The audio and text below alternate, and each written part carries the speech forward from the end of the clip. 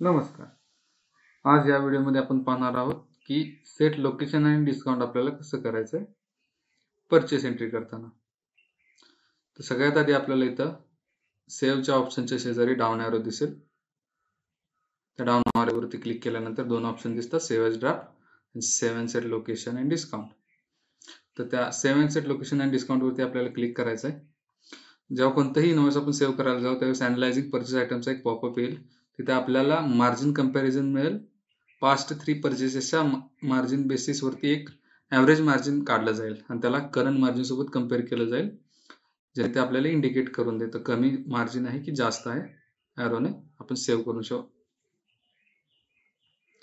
इथं आपल्याला ऑप्शन मिळतो HSN कोड सेट करण्याचा. बाय डिफॉल्ट HSN कोड हा 3004 आहे. त्याच्या शेजारी आपण पाहू शकता आपण लोकेशन सेट करू शकतो. आपल्या स्टोअरमध्ये फिजिकल लोकेशन जी असेल, रॅक 1, रॅक 2 जी काही असेल ते आपण इथं एंटर करू शकतो, जेणेकरून ही लोकेशन आपल्याला सेल स्क्रीनमध्ये अपीअर होते प्रोडक्ट सिलेक्ट करताना,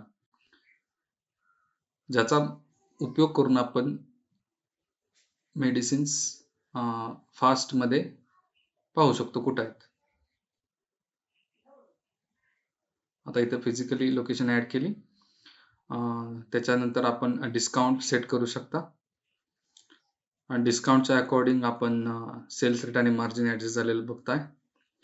सेल्स रेट म्हणजे बेसिकली आपण कस्टमरला ज्या रेटवरती विकणार आहोत तो रेट डिफाईन करू शकतो आपण इथं. त्या रेटच्या अनुसारच मार्जिन आणि डिस्काउंट सुद्धा ॲडजस्ट होऊन जाईल. सेम पद्धतीनं मार्जिन आपण ॲडजस्ट करू शकता.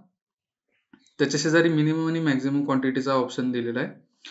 मिनिमम आणि मॅक्झिमम क्वांटिटी सेट केल्यानंतर एक ऑर्डर लिस्ट जनरेट होते ऑटोमॅटिकली त्या मिनिमम आणि मॅक्झिमम क्वांटिटीच्या बेसिसवरती.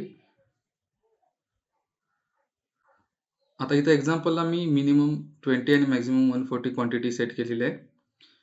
जशी क्वांटिटी 20 पेक्षा कमी होऊन जाईल तशी ती मेडिसिन किंवा तो आयटम शॉर्टबुकमध्ये ऑटोमॅटिकली येईल. आणि इथं मिनिमम आणि मॅक्झिमम क्वांटिटी लूजमध्ये असते, स्ट्रिपमध्ये नाही. आपण इथं ह्या सगळ्या गोष्टी बल्कमध्ये सुद्धा अपडेट करू शकता. ॲट अ टाइम आपण 20 प्रोडक्ट्सवरती बल्क अपडेट देऊ शकतो. अशा पद्धतीनं आपण सेव्ह करू शकतो आपला परचेस.